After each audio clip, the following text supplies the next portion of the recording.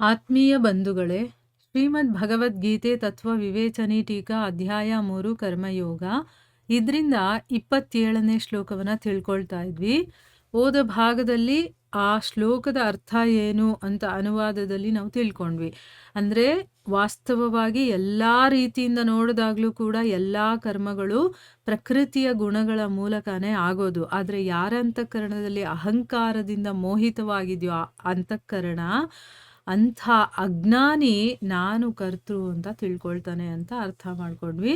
ಈಗ ಪ್ರಶ್ನೆಗಳು ಏನು ಅಂತ ತಿಳ್ಕೊಳ್ಳೋಣ. ಮೊದಲನೇ ಪ್ರಶ್ನೆ ಏನು ಅಂತಂದರೆ, ಎಲ್ಲ ಕರ್ಮಗಳು ಎಲ್ಲ ರೀತಿಯಿಂದಲೂ ಕೂಡ ಪ್ರಕೃತಿಯ ಗುಣಗಳ ಮೂಲಕ ಮಾಡಲ್ಪಡುತ್ತೆ ಅಂತ ಹೇಳಿದಾರಲ್ಲ, ಇದರ ಅರ್ಥ ಏನು ಅಂತ ಕೇಳ್ತಾ ಇದ್ದಾರೆ. ಈಗ ನಾವು ತಿಳ್ಕೊಂಡಿರೋದೇನು, ನಾವು ಮಾಡ್ತಾ ಇದ್ದೀವಿ ಅಂತ ಅಲ್ವಾ. ಆದರೆ ಇಲ್ಲಿ ಪ್ರಕೃತಿ ಗುಣಗಳ ಮೂಲಕ ನಡೆಯುತ್ತೆ ಅಂತ ಹೇಳ್ತಾ ಇದ್ದಾರಲ್ಲ, ಅದಕ್ಕೆ ಅರ್ಥ ಏನು ಅಂತ ನೋಡಿ. ಯಾರಿಗೆ ನಾನು ಆತ್ಮ ಅನ್ನೋದು ಗೊತ್ತಿರುತ್ತೋ ಅವ್ರಿಗಿದು ಅರ್ಥ ಆಗುತ್ತೆ. ಯಾರು ಇನ್ನೂ ನಾನು ದೇಹ ಅಂತಲೇ ಅಂದ್ಕೊಂಡಿರ್ತಾರೋ ಅವ್ರಿಗಿದು ಅರ್ಥ ಆಗೋದಿಲ್ಲ. ಸೊ ಅದಕ್ಕೆ ಸ್ವಲ್ಪ ಕ್ಲೀನಾಗಿ ಮನಸ್ಸಿಟ್ಟು ಶ್ರದ್ಧೆಯಿಂದ ಕೇಳಿದ್ರೆ ನಮಗೆ ವಿಷಯಗಳು ಅರ್ಥ ಆಗುತ್ತೆ. ಉತ್ತರ ಏನು ಅಂತಂದರೆ, ಪ್ರಕೃತಿಯಿಂದ ಉತ್ಪನ್ನವಾಗಿರುವಂಥ ಸತ್ವ, ರಜ ಮತ್ತು ತಮ, ಈ 3 ಗುಣಗಳೇ ಏನಾಗುತ್ತೆ, ಬುದ್ಧಿ, ಅಹಂಕಾರ, ಮನಸ್ಸು, ಆಕಾಶಾದಿ 5 ಸೂಕ್ಷ್ಮ ಮಹಾಭೂತಗಳು, ಶ್ರೋತ್ರಾದಿ 10 ಇಂದ್ರಿಯಗಳು ಮತ್ತು ಶಬ್ದಾದಿ 5 ವಿಷಯಗಳು. ಅಂದರೆ ಈಗ 3 ಗುಣಗಳಿದೆಯಲ್ಲ, ಸತ್ವರಜ ತಮೋ ಗುಣಗಳು, ಇದು ಎಲ್ಲಿಂದ ಬಂದಿದ್ದು? ಪ್ರಕೃತಿಯಿಂದ ಬಂದಿರುವಂಥದ್ದು. ಈ ಗುಣಗಳು ಏನು ಮಾಡುತ್ತೆ, ಬುದ್ಧಿ, ಅಹಂಕಾರ, ಮನಸ್ಸು, ಆಕಾಶಾದಿ 5 ಸೂಕ್ಷ್ಮ ಮಹಾಭೂತಗಳು, ಅಂದರೆ ಪಂಚಮಹಾಭೂತಗಳನ್ನು ನಾವು ಕೇಳಿದ್ದೀವಲ್ವ, ಅದು ಅದರಿಂದ ತಾನೇ ಈ ದೇಹ ಆಗಿರೋದು ಅದು. ಆಮೇಲೆ ಶ್ರೋತ್ರಾದಿ ಅಂದರೆ ಕೇಳೋದು, ಸ್ಪರ್ಶ, ಅದು 10 ಇಂದ್ರಿಯಗಳಿದೆಯಲ್ಲ ನಮಗೆ ಅದು. ಮತ್ತು ಶಬ್ದಾದಿ 5 ವಿಷಯಗಳಿದೆಯಲ್ಲ ಅದು. ಅಂದರೆ ಏನು, ಆ ಕಿವಿ ಆಗಿರ್ಬೋದು, ಕಣ್ಣಾಗಿರ್ಬೋದು, ಇಂದ್ರಿಯಗಳು ಮಾಡುವಂಥ ಕೆಲಸ, ನೋಡುವಂಥ ವಿಷಯಗಳಿರುತ್ತಲ್ಲ ಅದು 5. ಇದೆಲ್ಲ ಸೇರಿ 23 ತತ್ವಗಳ ರೂಪದಲ್ಲಿ ಪರಿಣಿತವಾಗುತ್ತೆ.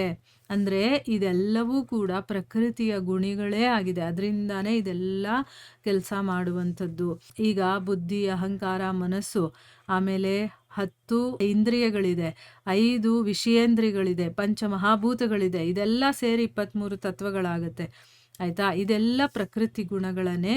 ಮತ್ತು ಇವುಗಳಿಂದ ಅಂತಃಕರಣ ಮತ್ತು ಇಂದ್ರಿಯ ವಿಷಯಗಳನ್ನು ಗ್ರಹಿಸೋದು. ಅಂದರೆ ಅರ್ಥ ಏನು, ಯಾವುದೇ ಒಂದು ವಿಷಯದಲ್ಲಿ ಬುದ್ಧಿ ನಿಶ್ಚಯಿಸೋದು. ಈಗೇನೋ ಒಂದು ನೋಡ್ತೀನಿ ಅಂತ ಇಟ್ಕೊಳ್ಳಿ, ಅದು ನನಗೆ ಬೇಕು ಅಂತ ನಿಶ್ಚಯ ಮಾಡೋದು ಯಾವುದರಿಂದ ಮಾಡ್ತೀವಿ? ನಮ್ಮ ಬುದ್ಧಿಯಿಂದ ಮಾಡ್ತೀವಿ. ಆ ವಿಷಯದ ಕಡೆ ನಮ್ಮ ಮನಸ್ಸು ಹೋದಾಗ, ನನ್ನ ಇಂದ್ರಿಯ ಅದನ್ನು ನೋಡಿದಾಗ ನನಗದು ಬೇಕು ಅಂತ ನಮ್ಮ ಬುದ್ಧಿ ನಿಶ್ಚಯ ಮಾಡುತ್ತೆ.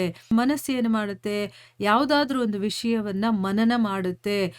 ಹೌದು, ಅದು ಬೇಕಾಗಿತ್ತು ನನಗೆ, ಅದು ಹೇಗಿತ್ತು ಏನು ಅಂತ ಅದು ಮತ್ತೆ ಮತ್ತೆ ನೆನಪಿಸ್ಕೊಳ್ಳುತ್ತೆ. ಆ ಕೆಲಸ ಮಾಡೋದು ಯಾವುದು ಅಂತಂದರೆ ಮನಸ್ಸು. ಕಿವಿ ಏನು ಮಾಡುತ್ತೆ, ಶಬ್ದವನ್ನು ಕೇಳುತ್ತೆ. ಚರ್ಮ ಯಾವುದೇ ವಸ್ತು ನಾವು ಸ್ಪರ್ಶ ಮಾಡಿದಾಗ ಅದರಿಂದ ನಮಗೆ ಸ್ಪರ್ಶ ಗೊತ್ತಾಗುತ್ತೆ. ಕಣ್ಣು ರೂಪವನ್ನು ನೋಡುತ್ತೆ. ನಾಲಿಗೆ ರಸದ ಆಸ್ವಾದನೆಯನ್ನು ಮಾಡುತ್ತೆ. ಮೂಗು ಯಾವುದೇ ರೀತಿಯ ಗಂಧವನ್ನು ಮೂಸುತ್ತೆ. ವಾಣಿಯಿಂದ ಶಬ್ದೋಚ್ಚಾರಣೆ ಮಾಡೋದು. ಕೈ ಯಾವುದೇ ವಸ್ತುವನ್ನು ಹಿಡಿಯೋದು, ಕಾಲುಗಳು ನಡೆಯೋದು, ಮಲದ್ವಾರ ಮತ್ತು ಉಪಸ್ಥ ಮಲಮೂತ್ರ ವಿಸರ್ಜನೆ ಮಾಡೋದಿದೆಯಲ್ಲ, ಇದೆಲ್ಲವೂ ಕೂಡ ಕರ್ಮಗಳೇ ಆಗಿದೆ. ಈಗ ನಾವು ಕೆಲಸ ಮಾಡ್ತಾ ಇಲ್ಲ ಅಂತಂದರೆ ಬರೀ ಕೈಯಿಂದ ಮಾಡಿದ್ರೆ, ಕಾಲಿಂದ ಮಾಡಿದ್ರೆ ಅದು ಕೆಲಸ ಅಲ್ಲ. ನಮ್ಮ ಇಂದ್ರಿಯಗಳು ಏನೇನಿದೆಯೋ ಅದ್ರ ಮೂಲಕ ಏನೇ ಕೆಲಸಗಳಾದರೂ ಅದೆಲ್ಲವೂ ಕೂಡ ಕೆಲಸನೇ. ಅದಕ್ಕೋಸ್ಕರನೇ ಮೇಲೆ ಹೇಳಿರುವ ವಾಕ್ಯದಿಂದ ಭಗವಂತ ಪ್ರಪಂಚದಲ್ಲಿ ಯಾವ ಪ್ರಕಾರದಲ್ಲಿ ಮತ್ತು ಏನೆಲ್ಲ ಕೆಲಸಗಳು ನಡೆಯುತ್ತೋ ಆ ಎಲ್ಲ ಪ್ರಕಾರದಿಂದ ಮೇಲೆ ಹೇಳಿದಂತಹ ಗುಣಗಳ ಮೂಲಕನೇ ಮಾಡಲ್ಪಡುತ್ತೆ. ನಿರ್ಗುಣ ನಿರಾಕಾರ ಆತ್ಮನಿಗೆ ಅವುಗಳ ಜೊತೆ ವಸ್ತುತಃ ಯಾವ ಸಂಬಂಧನೂ ಇಲ್ಲ. ಈಗ ಒಂದು ತುಂಬ ಸೂಕ್ಷ್ಮವಾದಂಥ ವಿಚಾರ ಹೇಳ್ತಾ ಇದ್ದಾರೆ, ಇದು ಅರ್ಥ ಮಾಡಿಕೊಳ್ಳಲೇಬೇಕು ನಾವು. ಆಯಿತಾ. ಈಗ ಪ್ರತಿನಿತ್ಯ ನಾನು ಎದೊಳ್ತಾ ಇದ್ದೀನಿ ಅಂದರೆ ನಾವೇನು ಅಂದ್ಕೊಳ್ತೀವಿ, ನಾನೇ ಎದೊಳ್ತಾ ಇದ್ದೀನಿ, ಅಲ್ಲ, ನಮ್ಮ ಶರೀರ ಎದೊಳ್ತಾ ಇದೆ. ನಾನು ಆತ್ಮ ಆಗಿರೋದ್ರಿಂದ ನಾನು ಏನೂ ಮಾಡೋದಿಲ್ಲ. ಆ ಶರೀರ ಆಟೋಮೆಟಿಕ್ಕಾಗಿ ಅದ್ರ ಕೆಲಸ ಮಾಡ್ತಾ ಇದೆ. ಆದರೆ ನಾನು ಅಲ್ಲಿ ಮಧ್ಯೆ ಇಂಟರ್ಫಿಯರ್ ಆಗ್ತಾ ಇದ್ದೀನಿ. ನಾನೇ ಮಾಡ್ತಾ ಇದ್ದೀನಿ ಅಂತ ತಿಳ್ಕೊಳ್ತಾ ಇದ್ದೀನಿ. ಹೋದ ಭಾಗದಲ್ಲಿ ನಾನು ಒಂದು ಕಾರಿನ ಎಕ್ಸಾಂಪಲ್ ಕೊಟ್ಟಿದ್ನಲ್ಲ, ಅದನ್ನ ಮತ್ತೆ ಮತ್ತೆ ನೆನಪಿಸ್ಕೊಳ್ತಾ ಇರಬೇಕು. ಈಗ ನಾನೇ ಮಾಡ್ತಾ ಇದ್ದೀನಿ ಅಂತ ನಾವು ಅನ್ಕೊಳ್ಳೋದಕ್ಕೆ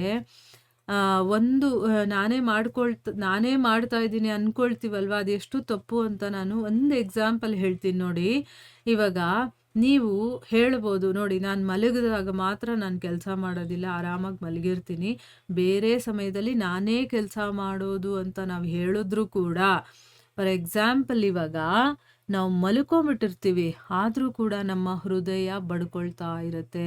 ಮತ್ತು ನನ್ನ ಉಸಿರಾಟ ಅನ್ನೋದು ಆಗ್ತಾ ಇದೆ. ನಾನು ಉಸಿರು ತಗೊಳ್ತೀನಿ, ನಾನು ಉಸಿರು ಬಿಡ್ತೀನಿ ಅಂದಾಗ, ಮಲ್ಕೊಂಡಾಗ ಮತ್ತೆ ಯಾರು ಬಿಡ್ತಾರೆ, ಯಾರು ತಗೊಳ್ತಾರೆ? ಅದು ತಂತಾನಾಗಿ ಕ್ರಿಯೆ ನಡೆಯುತ್ತೆ ತಾನೇ. ಈಗ ಕಣ್ಣನ್ನು ನಾವು ಬಲವಂತವಾಗಿ ಅದ್ರ ಟೈಮ್ ಆಯಿತು ಅಂತ ಮುಚ್ಚೋದು ತೆಗೆಯೋದು ಮಾಡ್ತೀವ? ಅದು ಆಟೋಮೆಟಿಕ್ ಆಗಿ ಕಣ್ಣು ಮುಚ್ಚೋದು ಕಣ್ಣು ತೆಗೆಯೋದು ಆಗ್ತಾ ಇದೆ ತಾನೇ ಕ್ರಿಯೆ. ಅದೇ ರೀತಿ ನಮ್ಮ ಕೈಯಿಂದ ಆಗ್ತಾ ಇರುವಂಥ ಪ್ರತಿಯೊಂದು ಕೆಲಸಗಳು ಕೂಡ ಅದು ತಂತಾನಾಗೆ ಪ್ರಕೃತಿ ಗುಣಗಳಿಂದ ಆಗ್ತಾ ಇರೋದು. ಆದರೆ ನಾನೇನು ಅನ್ಕೊಳ್ತಾ ಇದ್ದೀನಿ, ನಾನು ಮಾಡ್ತಾ ಇದ್ದೀನಿ ಅಂತ ಅಂದ್ಬಿಟ್ಟು ಅನ್ಕೊಳ್ತಾ ಇದ್ದೀವಿ. ಯಾವಾಗವರೆಗೂ ನಾವು ದೇಹ ಅಂತ ಅನ್ಕೊಂಡಿರ್ತೀವೋ ಅಲ್ಲಿವರೆಗೂ ನಾನು ಮಾಡ್ತಾ ಇದ್ದೀನಿ ಅನ್ನೋದು ನಮಗೆ ಬರುತ್ತೆ. ಯಾವಾಗ ನಮಗೆ ನಾನು ಆತ್ಮ, ನಿರ್ಗುಣ ನಿರಾಕಾರ ಆತ್ಮ ಅಂತ ಅನ್ಕೊಳ್ತೀನೋ, ಆಗ ಈ ದೇಹದಲ್ಲಿ ಏನೇ ಕ್ರಿಯೆಗಳು ನಡೀತಾ ಇದ್ರೂ ಕೂಡ ಅದಕ್ಕೂ ನನಗೂ ಸಂಬಂಧ ಇಲ್ಲ ಅನ್ನೋದು ನಾವು ಚೆನ್ನಾಗಿ ಅರ್ಥ ಮಾಡ್ಕೊಂಡಿರಬೇಕು. ಅದು ನಮ್ಮ ಮೈಂಡಿಗೆ ಬಂದ್ಬಿಡ್ಬೇಕು ಕರೆಕ್ಟಾಗಿ. ಇಲ್ಲ ಯಾವಾಗಲೋ ಒಂದು ಸರಿ ಹೌದು ನಾನು ಆತ್ಮ ಅಂದ್ಕೊಳ್ಳೋದು, ಇನ್ನೊಂದು ಸರಿ ನಾನೇ ಮಾಡಿದೆ ಅಂತ ಹೇಳೋದು, ಆ ರೀತಿ ಅಲ್ಲ. ಆ ಆತ್ಮ ಅನ್ನೋದು ಕರೆಕ್ಟಾಗಿ ನಮಗೆ ಗೊತ್ತಾಗ್ಬಿಡ್ತು ಅಂತಂದರೆ ಆಮೇಲೆ ನಮಗೆ ಯಾವ ರೀತಿಯ ಎಫೆಕ್ಟ್ಗಳು ಆಗೋದಿಲ್ಲ ಅದರಿಂದ, ಆಯಿತಾ. ಈ ಶರೀರಕ್ಕೆ ಏನಾದರೂ ಆಗ್ತಾ ಇರಲಿ, ಅದು ಶರೀರಕ್ಕೆ ಆಗ್ತಾ ಇರೋದೇ ಹೊರತು ನನಗಲ್ಲ ಅನ್ನುವಂಥ ಒಂದು ಜ್ಞಾನ ನಮ್ಮಲ್ಲಿರುತ್ತೆ. ಅದನ್ನು ಹೇಳೋದಕ್ಕೋಸ್ಕರ ಭಗವಂತ ಇಲ್ಲಿ ಸಮಸ್ತ ಕರ್ಮಗಳೂ ಕೂಡ ಯಾವ ರೀತಿ ಆದ್ರೂ ಆಗಿರಲಿ, ಅದೆಲ್ಲ ಪ್ರಕೃತಿ ಗುಣಗಳ ಮೂಲಕನೇ ಮಾಡಲ್ಪಡುತ್ತೆ ಅಂತಂದ್ಬಿಟ್ಟು ಹೇಳೋದ್ರ ಅರ್ಥ ಇದು ಅಂತ ಇಲ್ಲಿ ನಾವು ತಿಳ್ಕೊಬೋದು. ಇಲ್ಲಿಗೆ ನಾವು ನಿಲ್ಲಿಸೋಣ. ಹರೇ ಕೃಷ್ಣ.